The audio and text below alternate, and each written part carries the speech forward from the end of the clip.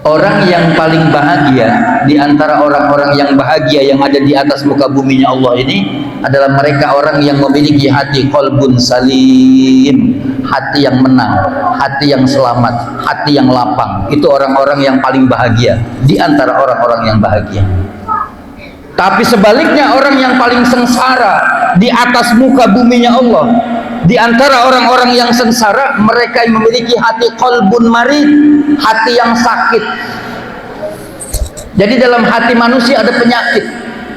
Assalamualaikum warahmatullahi wabarakatuh.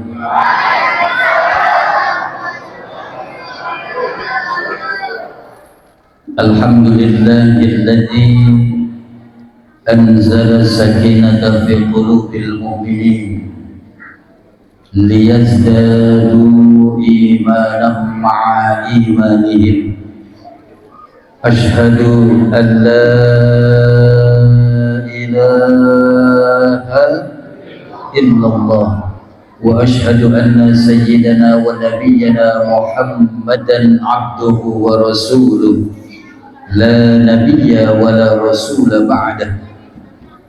Allahumma salli wa sallim wa barik wa karrim wa majid wa 'azzim ala sayyidina wa habibina wa syafi'ina wa maulana Muhammad. Bu, tahu nggak siapa orang yang paling pelit? Kata yang pojok, suami saya, Pak Ustadz. Orang yang paling pelit itu orang yang kalau dia dengar nama Nabi disebut, dia nggak mau baca sholawat kepada Nabi Muhammad. Itu orang yang paling, ibu mau dibilang pelit, maka baca sholawat kepada Nabi ketika nama beliau kita dengar. Allahumma salli wa sallim wa barik wa karrim wa majid wa azim ala sayyidina wa habibina wa syafi'ina wa maulana Muhammad khataman nabiyyina wa imamil muttaqina wa ala alihi wa sahbihi ajma'in.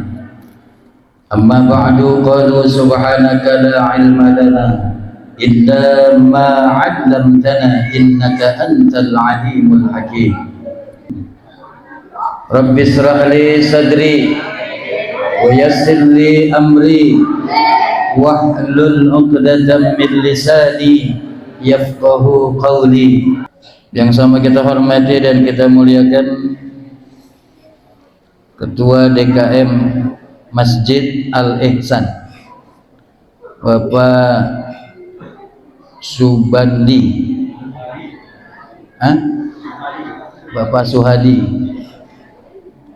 Yang mana beliau?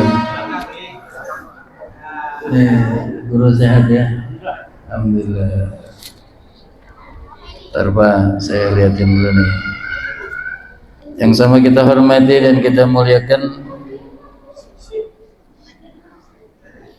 Bapak Lurah Pondok Cina yang baru saja menyampaikan sambutannya. Bapak LPM kita, Bapak LPM Kelurahan Pondok Cina. Saya yakin hadir di tengah-tengah kita orang-orang yang dimuliakan Allah Subhanahu wa taala. Mohon maaf lahir batin, saya enggak sebutin namanya satu demi satu. Namun insya Allah sedikit pun tidak mengurangi hormat, ta'zim dan mahabbah saya. Puji syukur kehadirat Allah pada malam hari ini atas izin Allah kita sama-sama dapat bermuwajahah dalam rangka memperingati kelahiran manusia agung yang keagungannya diagungkan oleh Zat yang Maha Agung, memperingati kelahiran manusia besar yang kebesarannya dibesarkan oleh Zat yang Maha Besar. Beliau adalah Sayyidina Muhammad sallallahu alaihi wa alihi wa sahbihi wasallam. Mudah-mudahan dengan kita memperbanyak membaca salawat kepada Rasulullah, Tentu bukan hanya sekedar kita membaca akan salawat itu saja, akan tetapi kita iringi juga dengan menjalankan syariat ajaran yang sudah dibawa oleh baginda Rasul. Insyaallah di yaumil qiyamah nanti kita semua akan mendapatkan syafaatul uzmanya, pertolongan yang begitu besar dari junjungan baginda Nabi kita Muhammad. Amin ya rabbal.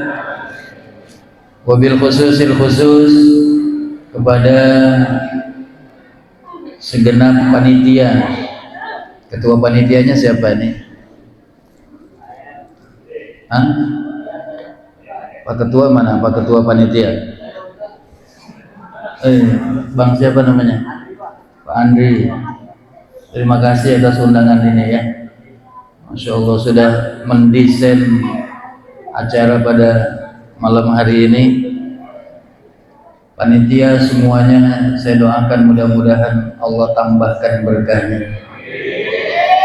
Siapapun yang terlibat dengan acara ini, para donatur, orang yang menyumbangkan hartanya, yang menyumbangkan pikiran dan tenaganya, siapapun yang terlibat untuk acara pada malam hari ini, mudah-mudahan Allah Subhanahu wa taala berikan keberkahan dalam kehidupannya. Amin. Subhanallah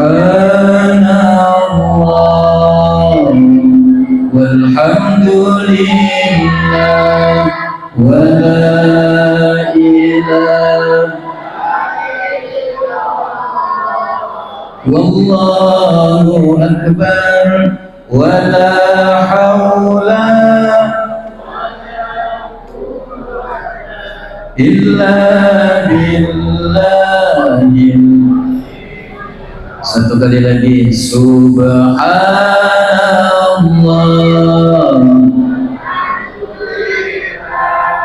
wa la ilaha illallah wallahu akbar wa la haula illa billahil aliyil azim. Subhanallah, Maha suci, Maha suci Allah. Allah yang Maha suci, kita ini yang banyak kotorannya. Kita ini banyak kotoran enggak Pak? Pak? Bapak masih hidup Pak? Bapak emang begitu Bu, kalau ngaji sok serius dia, duduk sila, pala nunduk. Kirain dengerin, pules. Beda sama ibu-ibu mah kompak-kompak ya Bu. Bu, dia Pak 50 orang kayak 5.000 orang Pak. Bukan cuma sekedar suara, dia mah seragam juga kompak-kompak ya Bu. Hari Senin pakai putih semua. Hari Selasa pakai hijau semua ya Bu. Coba di kampung saya tuh ibu-ibu kalau hari Rabu Pak pakai seragam hijau-hijau.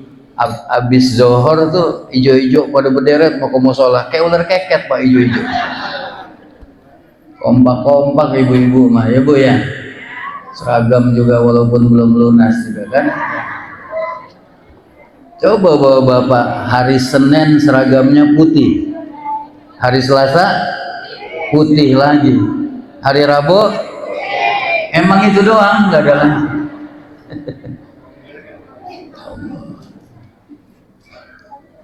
Subhanallah, Maha suci. Kita semua pasti punya salah, kita semua pasti punya dosa. Ada nggak yang hadir di tempat ini yang nggak punya salah, yang nggak punya dosa? Ada nggak? Dari lahir sampai sekarang nggak punya dosa, ada nggak? Nggak pernah berbuat salah sama sekali dari lahir sampai sekarang. Kalau ada tunjuk tangan, saya mau lihat mana orangnya. Setiap kita pasti punya salah. Setiap kita pasti punya dosa. Terlebih saya yang saat ini sedang berbicara, yang kelihatannya kayak orang alim, kelihatannya kayak orang bener, pakai peci haji, pakai gamis, pakai sorban. Ini mah cuma casingnya aja Bu, ini cuma lapisannya aja. Hati siapa yang tahu? Jawab Pak, kalau ditanya jangan bikin emosi Pak. Ini sebetulnya jamaah di luar banyak Pak, cuman nggak ada yang mau masuk, betul nggak? Kenapa? Karena di dalam nggak bisa ngerokok Pak.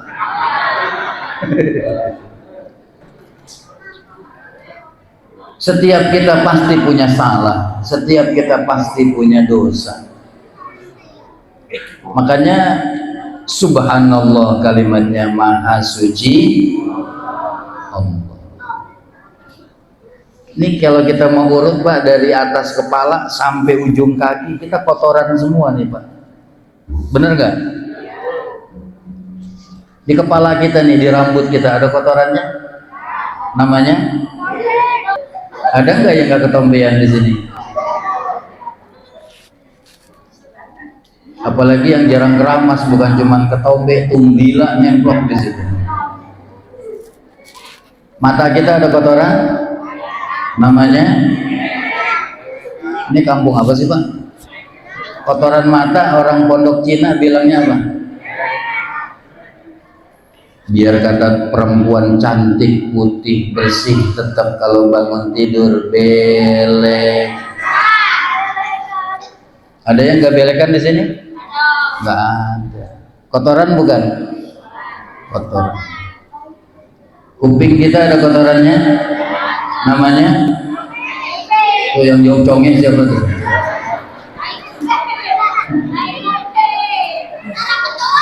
Di kampung apa sih, jorok banget bahasanya.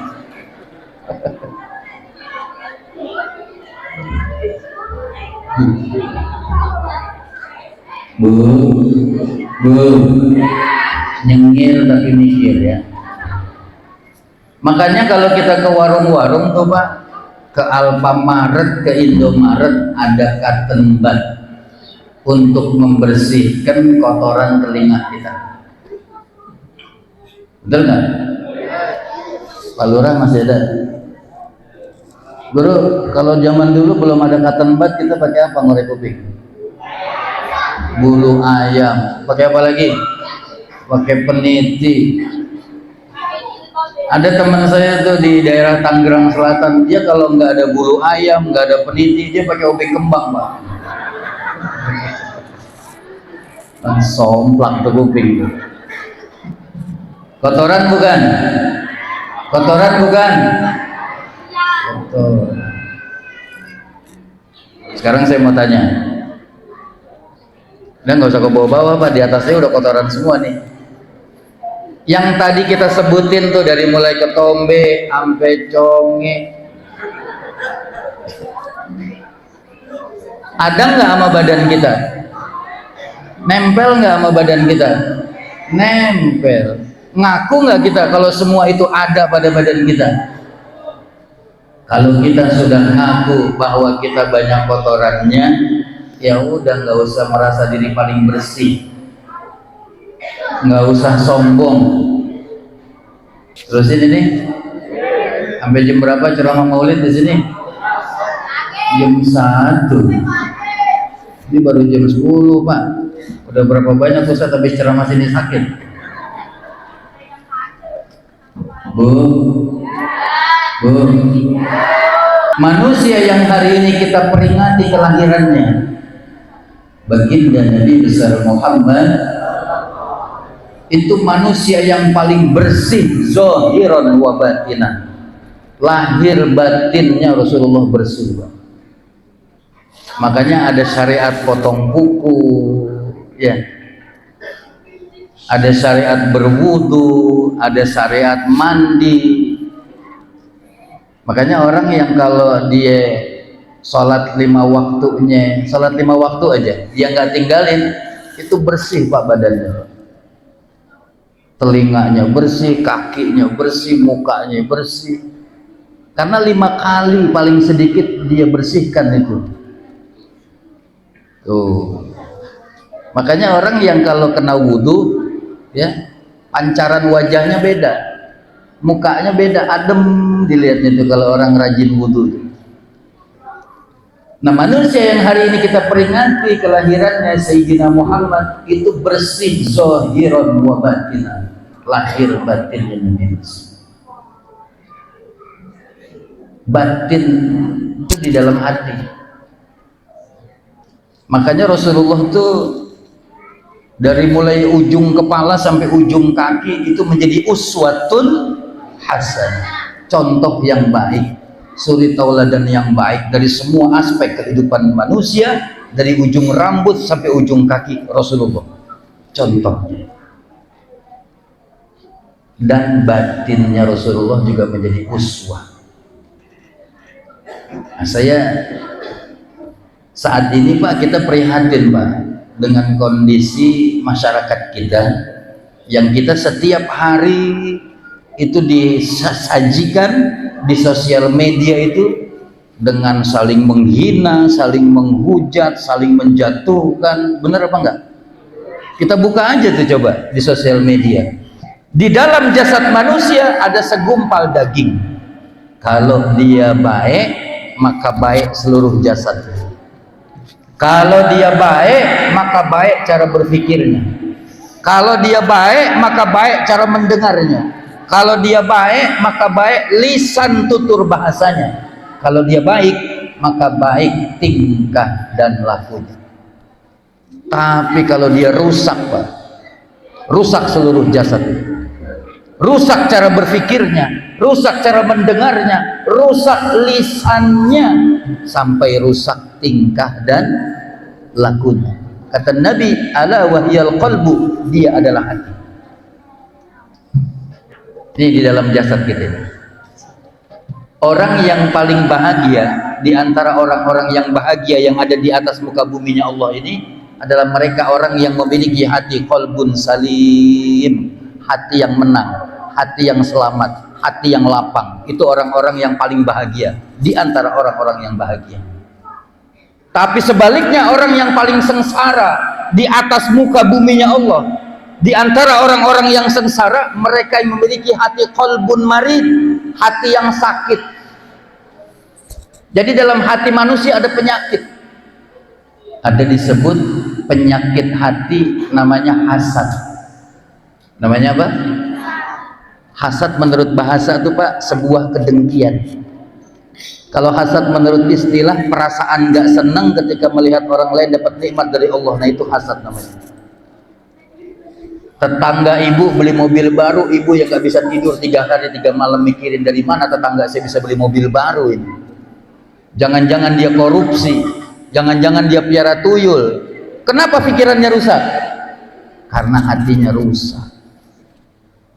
Tuh, kemarin belum lama Pak, di tempat saya tuh ada seorang ibu-ibu, tetangganya sebelahnya suaminya nikah lagi.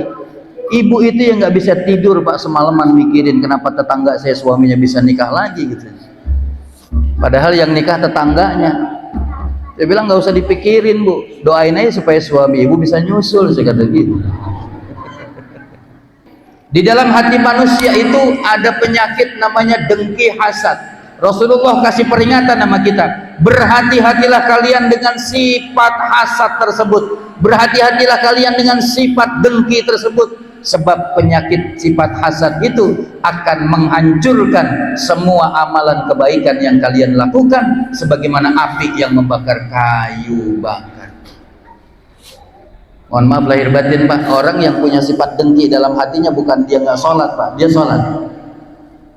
Orang yang di dalam hatinya ada dengki, ada hasad, bukan dia nggak puasa, kalau Ramadan dia puasa. Orang yang punya sifat hasad dengki dalam hatinya bukan dia nggak baca Quran, dia baca Quran. Tapi sayang sejuta sayang, semua amalan kebaikannya dihancurkan lantaran di dalam hatinya ada dengki. Naudzubillahi min. Rugi nggak kita? Rugi. Sekarang kita tanya, ada nggak dengki kita sama tetangga? Ada nggak dengki kita sama saudara? Ada nggak dengki kita sama sahabat kita? Kalau ada, keluarkan Pak, karena dia sangat merugikan diri kita, dia sangat berbahaya. Yang terakhir, yang tidak kalah berbahaya dari sifat dengki ini, ketika kita menanam benih-benih kebencian dalam hati kita. Kalau yang namanya benih kecil apa gede, Pak? Kecil. Tapi itu benih kebencian kita tanam dalam hati kita, kita rawatin, Pak. Bahkan kita pupuk benih kebencian itu dengan pupuk yang namanya pupuk kebencian. Kalau benihnya bagus, pupuknya bagus, dia akan menjadi sebuah pohon yang besar, namanya pohon kebencian. Pohon yang besar berbuah dengan buah yang banyak, namanya buah kebencian. Dari bibit benci, pupuk benci, pohon benci, buahnya benci. Sekarang saya mau tanya, pernah nggak kita benci sama orang? Pernah nggak kita benci sama orang?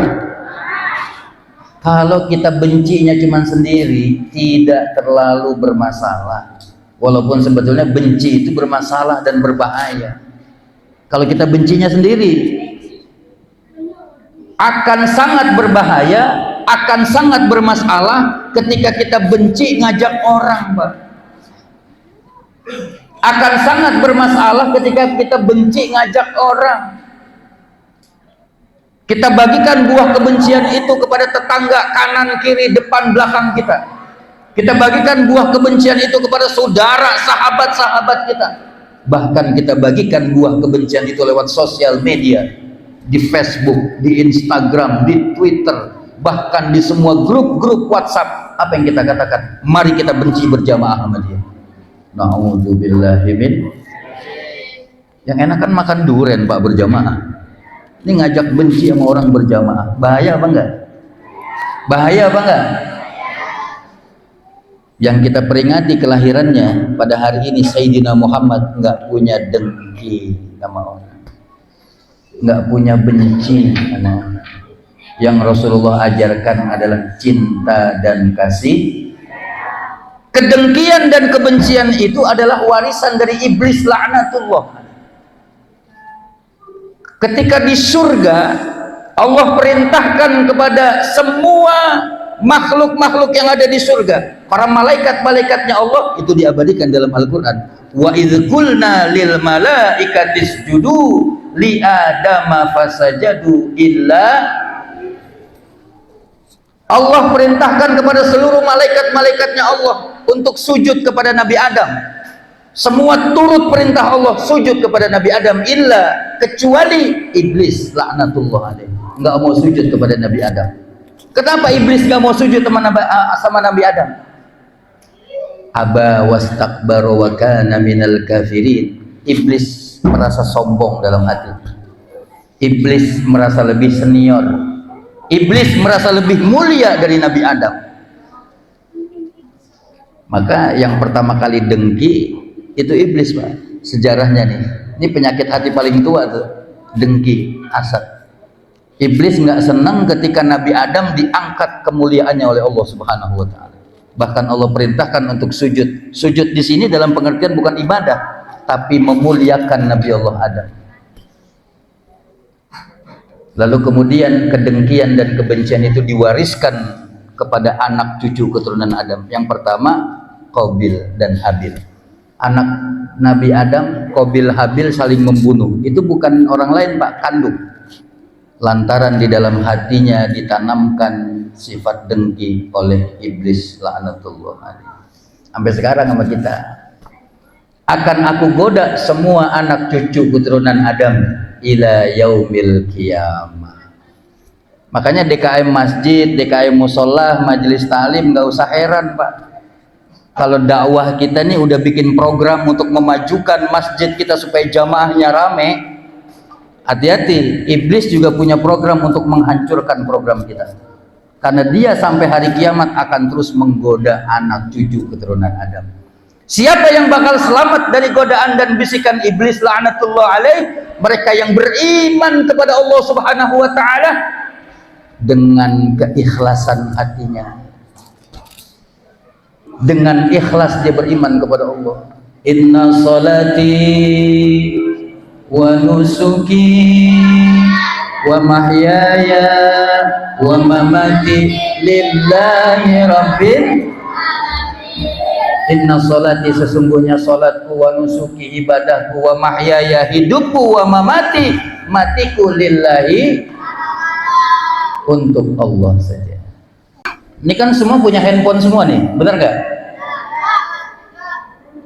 Sekarang saya mau tanya, yang di dalam handphonenya ada aplikasi Al-Quran 30 juz, angkat tangan. Yang di dalam handphonenya ada aplikasi Al-Quran 30 juz, angkat tangan.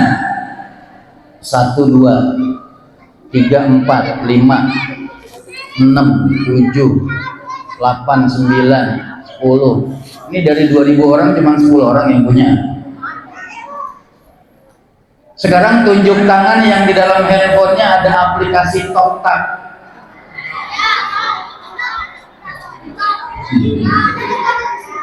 Punya semua pasti.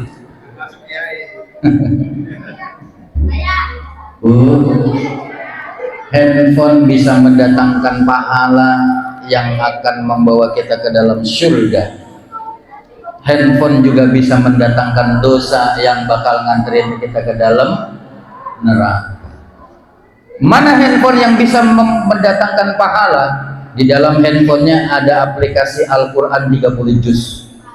Di dalam handphonenya ada aplikasi Maulid Simtud Duror, Sarofal Anam, Al-Barzanji, Maulid Ad-Dibai. Bahkan di dalam handphone itu ada aplikasi Tafsir Jalalain.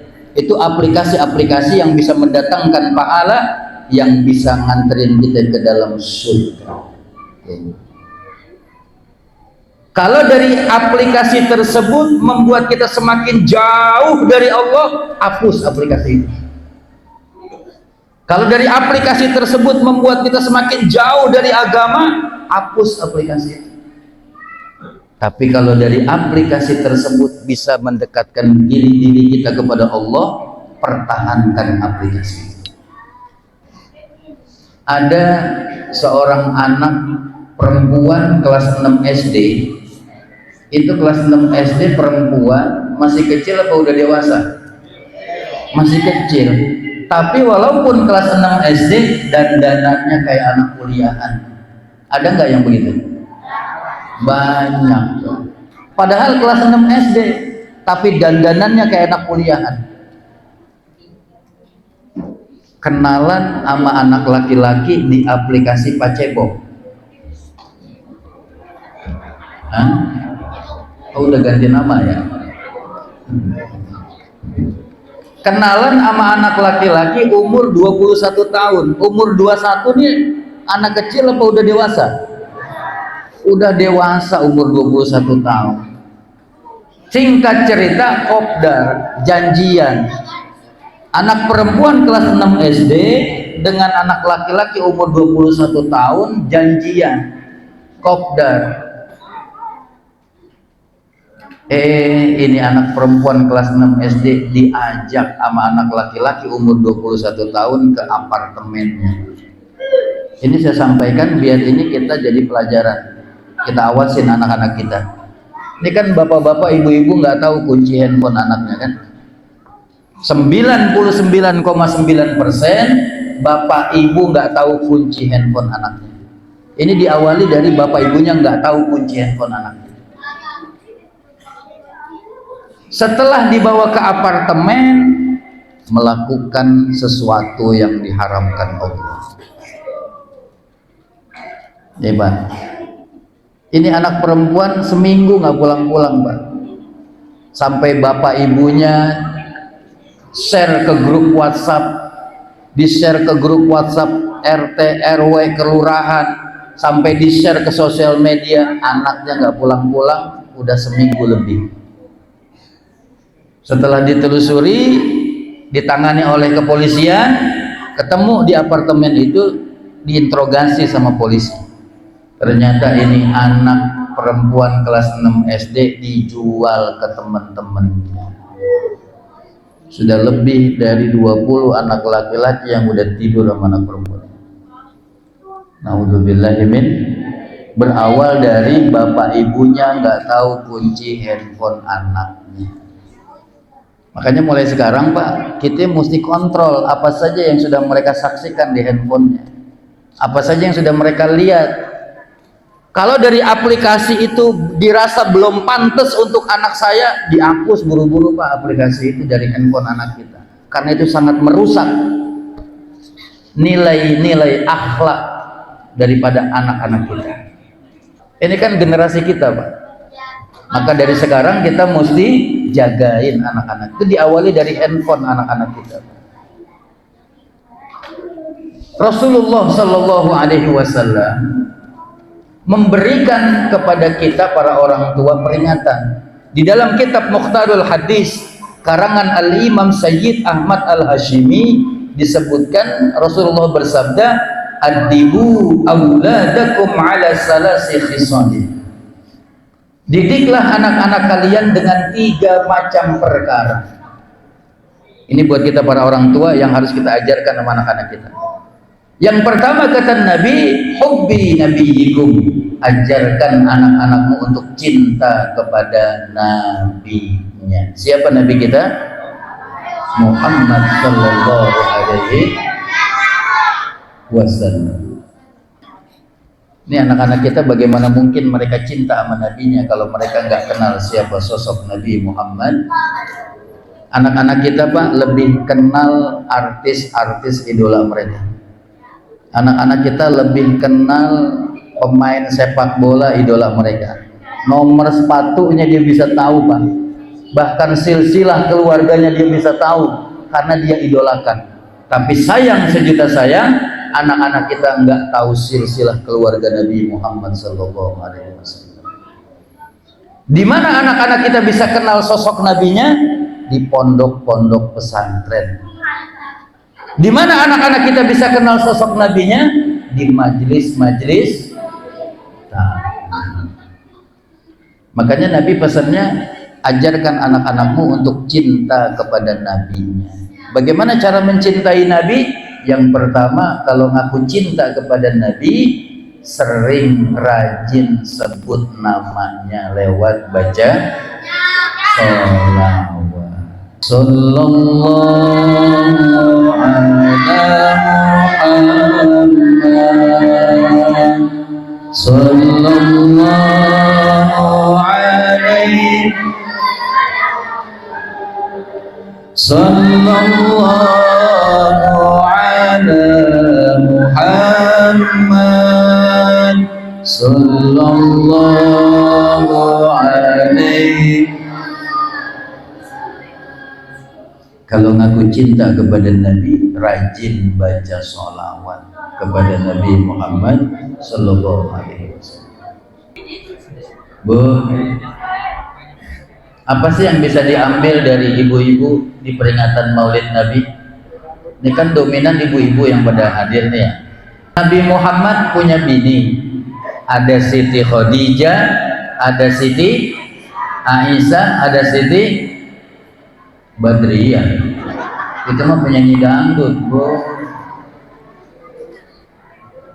Itu Bu, istri Nabi semua solehah semua. Istri Nabi itu calon-calon penghuni surga semua.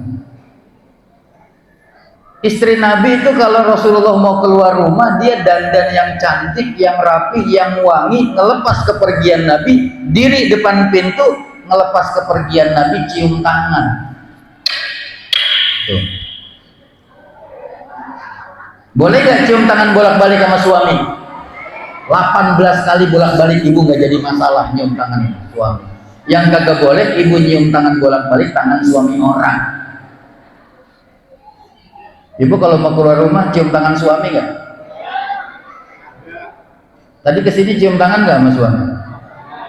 Kagak. Kapan dia Pak terakhir cium tangan Bapak? Lebaran. Innalillahi. Bu, cium tangan suami pahalanya gede. Lupa. Yang udah pernah berangkat umroh atau haji angkat tangan. Ibu-ibu aja. Yang udah pernah berangkat umroh atau haji angkat tangan. Masih banyak juga yang belum pernah. Ini masjid Alisan, jamaahnya pengen nggak berangkat umroh haji? Ini masjid majelis maulid, mudah-mudahan jadi doa. Angkat tangan yang pengen berangkat umroh atau haji. Yang pengen berangkat umroh atau haji angkat tangan. Pengen berangkat umroh? Pengen berangkat haji? Udah daftar belum? Jangan ngomong. Daftar dulu Pak, daftar baru berangkat. Ya daftar belum, mau berangkat dulu. Ntar mudah-mudahan kita semua berangkat bareng sekampung. Berarti ini kampung sepi dong Bu. Umroh semua. Insya itu Bu, kalau kita mau berangkat umroh atau haji di Mekah ada Ka'bah. Di Ka'bah ada batu Hajar Aswad, itu batu dari surga. Dulu warnanya putih Pak. Karena saking dosa manusia begitu banyak, Hajar Aswad itu jadi hitam batu dari surga. Hajar artinya batu, Aswad artinya hitam. Apabila ada seorang istri mencium suaminya karena ketaatannya kepada Allah dan Rasulnya, maka seorang istri tersebut dapat pahala seperti mencium Hajar Aswad. Gampang gak ibu dapat pahala Hajar Aswad? Gampang gak? Makanya ntar pulang muludan di rumah ada suami lagi celentang, ini dia Hajar Aswad. Celempot. Apalagi yang lakinya hitam, berasa obat Hajar Aswadnya.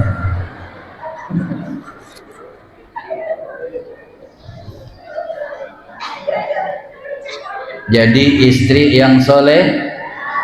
Siapa ciri istri soleha? Pak, saya ke ibu-ibu dulu ya Pak.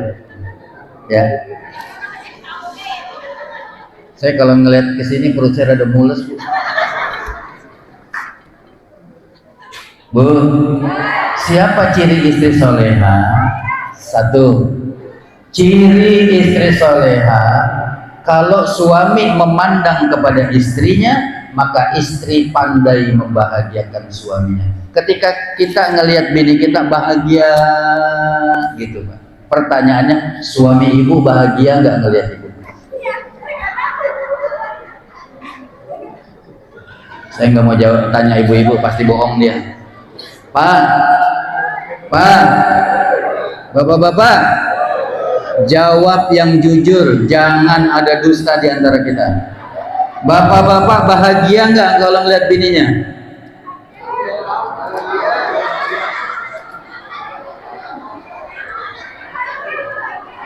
Mau bilang bahagia tapi rada enek.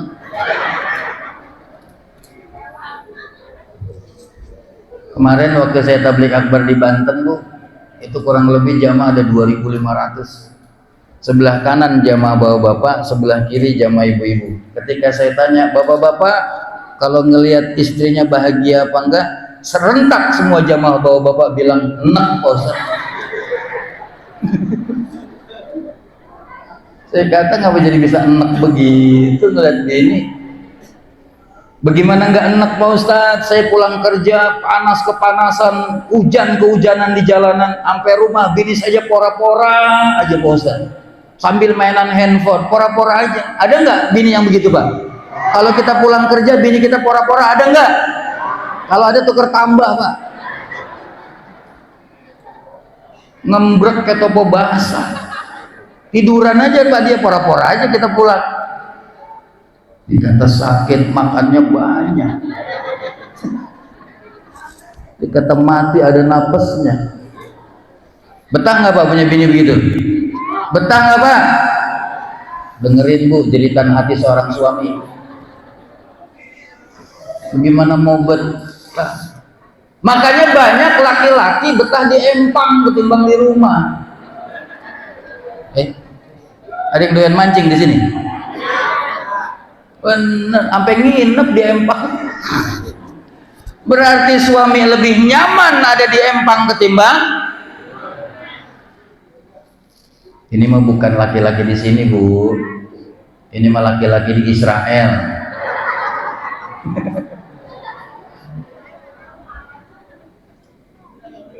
mesti bikin suami ibu betah di rumah.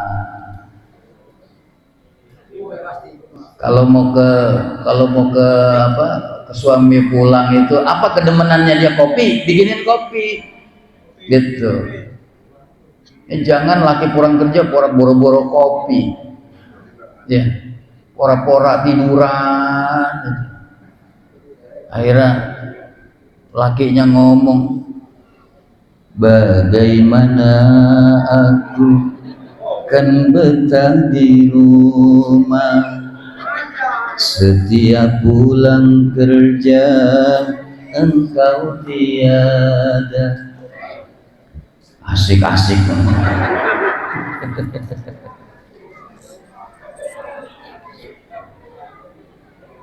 Jangan pulang kerja suami ibu pakai baju kebangsaan dapur. Tahu nggak baju kebangsaan dapur apa? Daster yang udah buluk banget keteknya. Oh, ngaku dia Pak. Ya kan kalau begini enak dilihatnya Pak. Ya, cantik, wangi.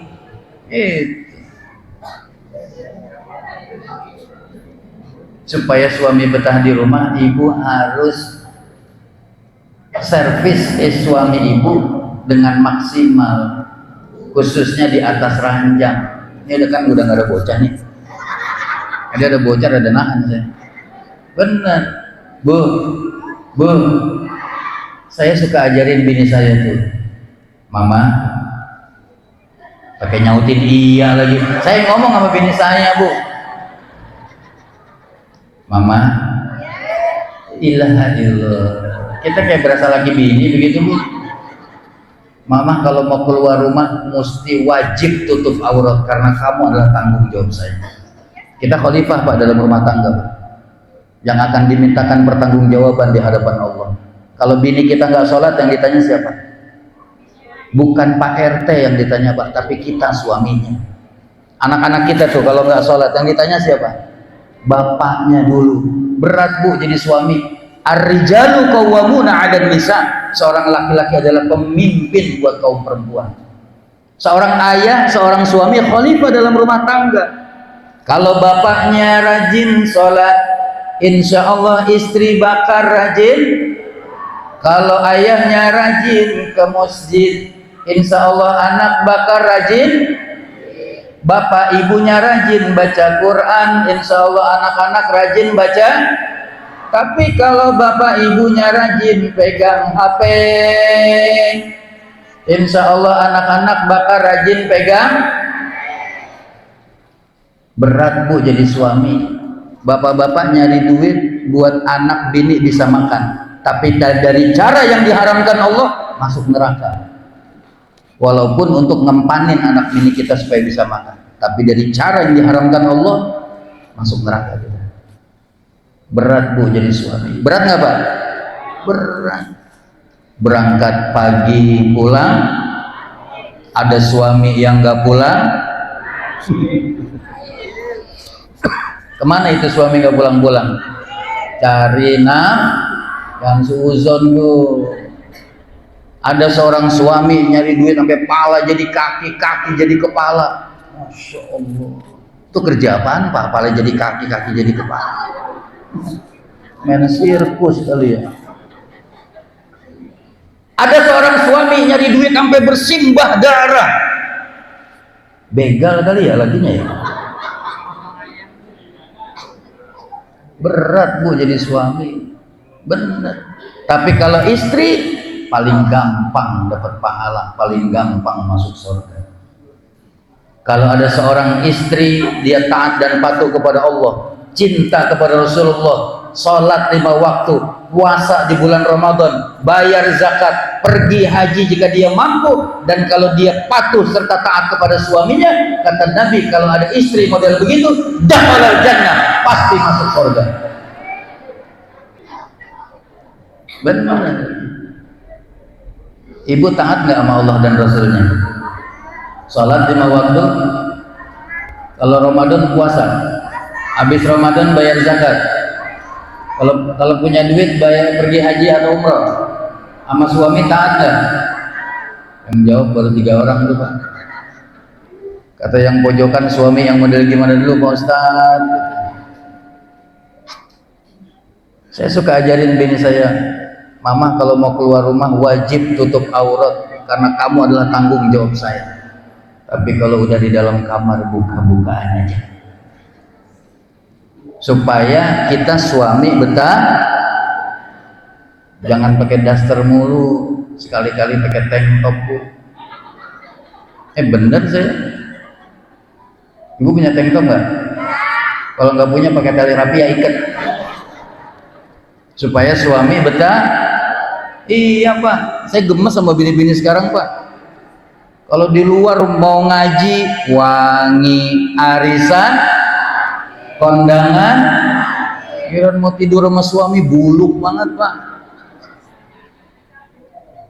Mulai kemarin tuh waktu sampai sekarang nih musim panas banyak nyamuk ya. Kalau banyak nyamuk begitu dia pakai autan Pak. Itu autan diborehin sampai ke muka-muka. Iya. Akhirnya suaminya nyium, dijilat pahit, dijilat pahit.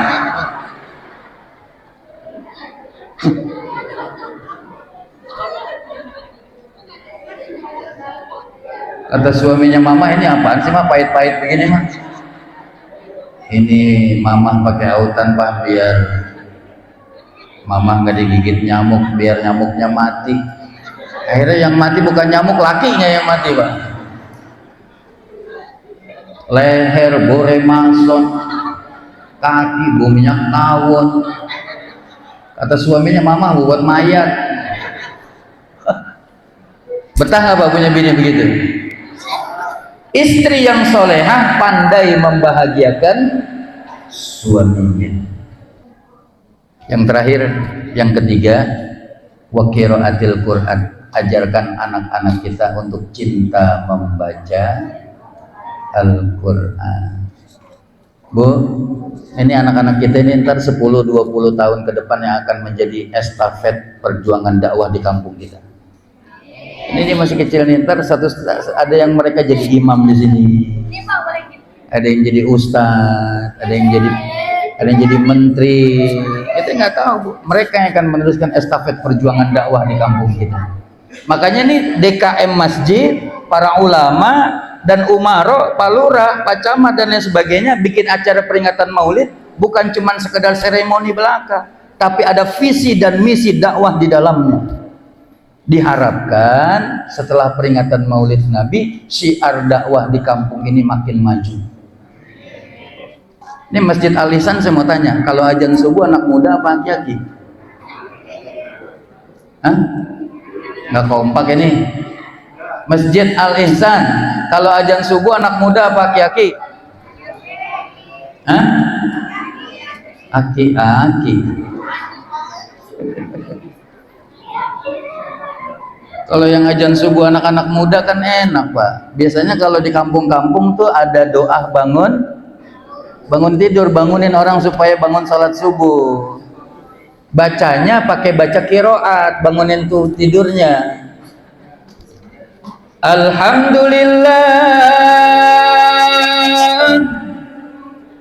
Alhamdulillahilladzi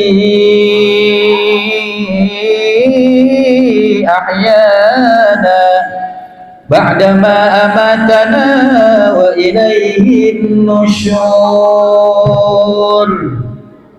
Kalau yang bangunin tidur model begitu, bangun nggak kita? Pakai toa masjid. Biasanya kalau sholat subuh ada as-sholatu khairum. Yang azan subuh anak muda di Masjid Al-Ihsan. Yang azan subuh as-salatu khairum minan naum. Kalau as-salatu khairum minan naum, naumnya pendek, digentak. Lebih baik salat daripada tidur. Biar yang tidur bangun. Ada yang ajan aki-aki naumnya panjang. Yang ajan aki-aki naumnya panjang.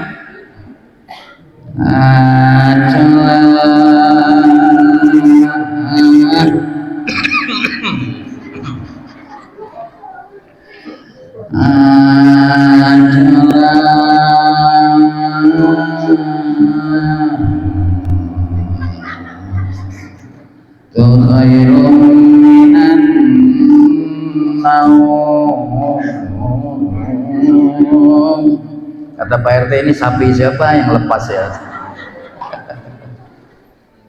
Kasihan gak orang tua kita?